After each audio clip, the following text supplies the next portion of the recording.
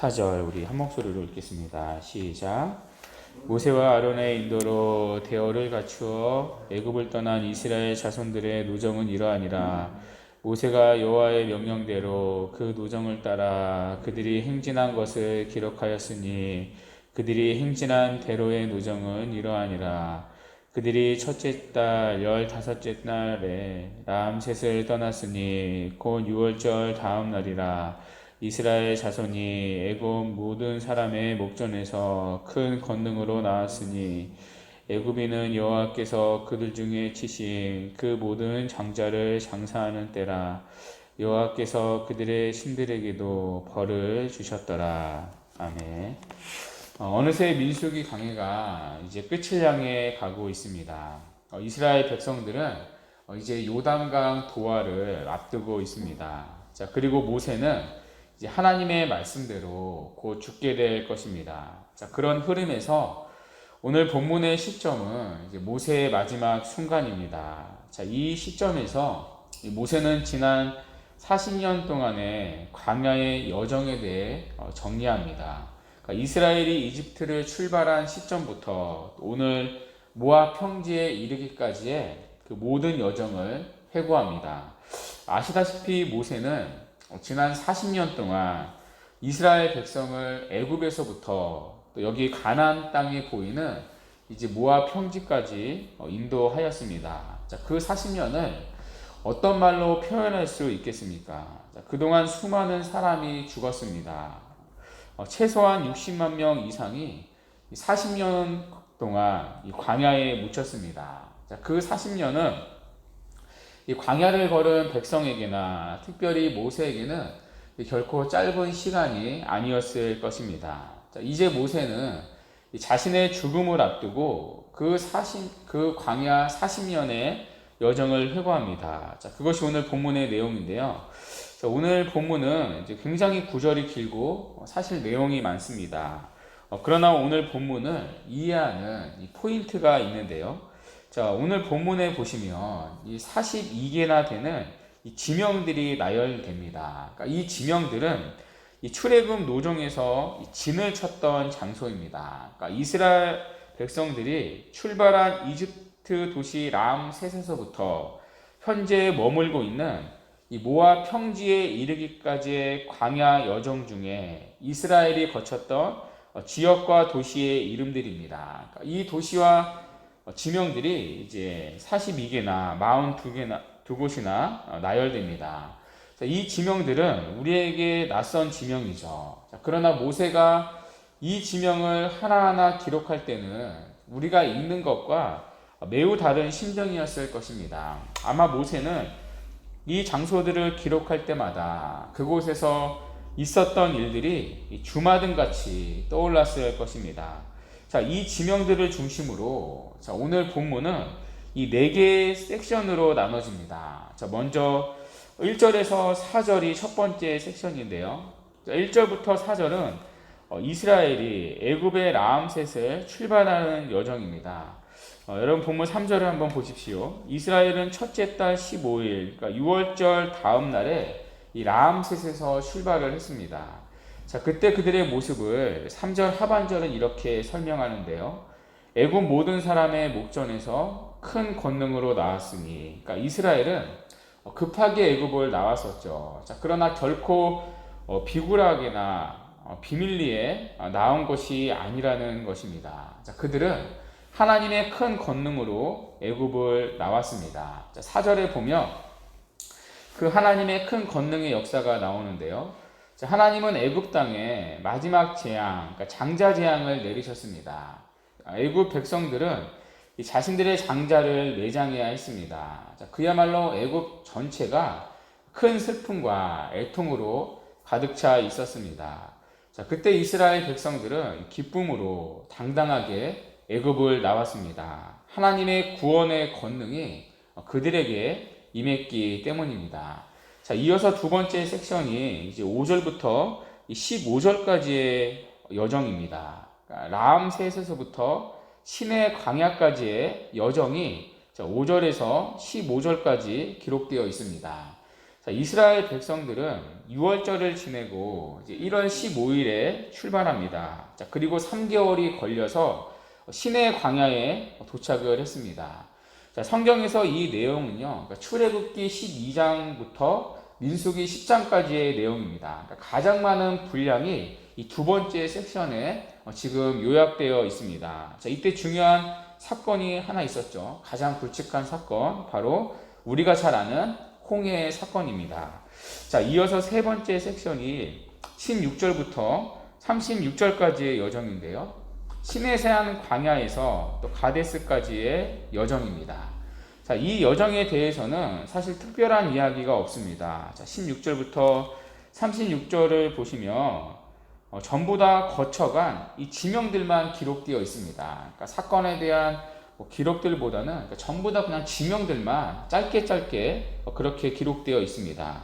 자, 이 기간은 한마디로 불순종의 기간이었습니다. 자, 그 불순종의 정점이 바로 가데스 바네아에서 일어난 반역이었죠. 자, 그들은 가데스 바네아에서 이 가나안 땅을 거절합니다. 그 땅을 악평했죠. 이 일로 인해 이들은 광야에서 40년을 방행해야 했습니다. 자, 이어서 마지막 네 번째 섹션이 37절에서 49절의 여정입니다. 자, 가데스부터 지금 모세가 있는 이스라엘이 머물고 있는 모압 평지까지의 여정입니다. 자, 이 섹션에서 주목할 만한 사항이 있는데요. 자, 민수기 20장에 보면 이제 아론의 죽음이 기록되어 있었습니다. 자, 그런데 거기에는 아론이 죽은 연대에 대한 자세한 언급이 없습니다. 자, 그러나 여기에서 모세는 그 연대를 자세하게 기록하고 있습니다. 자, 38절에서 39절을 보시면 자, 아론이 출애굽한 지 40년째 되는 5월 1일에 죽었다고 말합니다. 자, 그때 그의 나이가 123세였다. 그런 정확한 정보를 우리에게 제공합니다. 자, 이 부분은 민수기 20장에서 22장에 해당하는 내용이죠. 자, 이렇게 우리는 모세가 걸어온 광야 40년의 여정을 간략하게 함께 돌아보았습니다.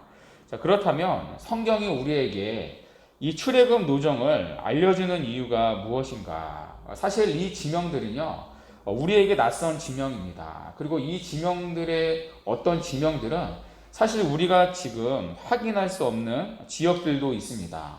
자, 그럼에도 성경은 이렇게 자세하게 이 지명들을 기록하고 있는 이유가 무엇입니까? 이 광야의 여정은 사실 우리의 인생과도 같기 때문입니다. 자, 민수기는 히브리어 제목으로 광야에서입니다. 자, 우리의 인생도 광야의 여정 아닙니까? 자, 그런 면에서 오늘 본문은 광야를 걷는 우리에게 큰 소망과 위로를 줍니다. 여러분이 광야 40년의 여정을 보십시오. 자, 이 여정에는 너무나 많은 불순종이 있었습니다. 그들의 뼈아픈 실패와 제약들로 가득 차 있었습니다. 자, 어쩌면 이 40년의 여정은 불순종의 여정이라 불러도 사실 과언이 아닐 것입니다. 우리가 민수기를 통해 계속해서 확인하지 않았습니까? 사실 이스라엘은요, 이렇게나 많은 지역을 거칠 필요가 없었습니다. 자, 그들은 출애굽한 이후 곧바로 이 가나안 땅에 들어가면 되었었죠. 자, 그러나 그들의 불순종이 사실 이런 결과를 낳았던 것입니다. 자, 그들은 광야에서 40년을 돌고 돌아 지금 이곳까지 왔습니다. 그러니까 이 지명들과 도시의 이름들은 사실 그들의 불순종과 완악함의 기록입니다. 자, 그러나 오늘 본문을 보십시오. 자, 그들은 모든 실패와 불순종과 죄악을 지나 지금 어디에 와 있죠? 가나안 땅이 보이는 모압 평지까지 와 있습니다. 그러니까 놀랍게도 그들은 하나님이 약속하신 목적지를 지금 코앞에 두고 있습니다. 자, 그렇다면 오늘 본문의 기록이 우리에게 무엇을 말합니까? 바로 하나님의 신실하신 은혜를 증거하는 것입니다. 우리의 인생도 마찬가지죠. 우리의 인생을 돌아볼 때 우리가 거쳐간 지명들과 또 사건들이 있을 것입니다. 그 거쳐간 지명들과 사건들은 기쁨과 순종의 거림일 수 있습니다. 자, 그러나 사실 대부분은 불순종과 연약함과 실패와 죄악들로 얼룩져 있을 것입니다. 우리도 이스라엘 백성처럼 그 가운데 얼마나 많은 원망과 하나님께 불평을 하며 걸어왔습니까? 광야의 이스라엘 백성들이 수도 없이 그렇게 했듯이 말입니다. 그럼에도 불구하고 오늘 본문이 우리에게 주는 소망이 무엇입니까? 그럼에도 불구하고 하나님의 신실하신 은혜가 우리를 인도한다는 사실입니다. 우리의 모든 불순종과 실패와 죄악들을 뚫고 우리를 반드시 하나님이 약속하신 그 약속의 땅에 우리를 인도하신다는 사실입니다. 오늘 이스라엘 백성처럼 하나님은 우리의 모든 죄악들을 당신의 은혜로 덮으실 것입니다. 그리고 죽을 수밖에 없는 우리를 약속의 땅으로 기어코 인도할 것입니다. 마치 죽을 수밖에 없는 이스라엘 백성들을 오늘 여기까지 신실하게 인도하신 것처럼 말입니다. 그 하나님의 신실하신 은혜가 오늘도 우리의 삶을 강하게 붙잡고 있습니다. 우리의 못난과 실패와 불순종을 당신의 은혜로 덮고 계십니다. 그리고 오늘도 우리를 약속의 땅으로 인도하고 계십니다. 이 광야 40년의 여정에 나타난 하나님의 신실하신 은혜를 다시 한번 묵상하고 또 붙잡고 또 의지하는 새벽이 되기를 바랍니다. 그래서 이 하나님으로 말미암아 다시금 우리의 고된 인생의 광야를 힘있게 걸어가는 은혜가 있기를 바랍니다. 이 고된 광야의 길을 기쁨과 소망과 감사와 찬양으로 걸어가는 은혜가 있기를 바랍니다. 하나님께서 우리를 신실하게 이끌어 가실 것입니다. 이 하나님을 의지하며 오늘 하루도 우리에게 허락된 이 광야의 여정을 기쁨으로 걸어가는 복된 은혜가 있기를 간절히 바랍니다. 아멘. 이 시간 우리 말씀 붙잡고 우리 다 같이 기도하도록 하겠습니다.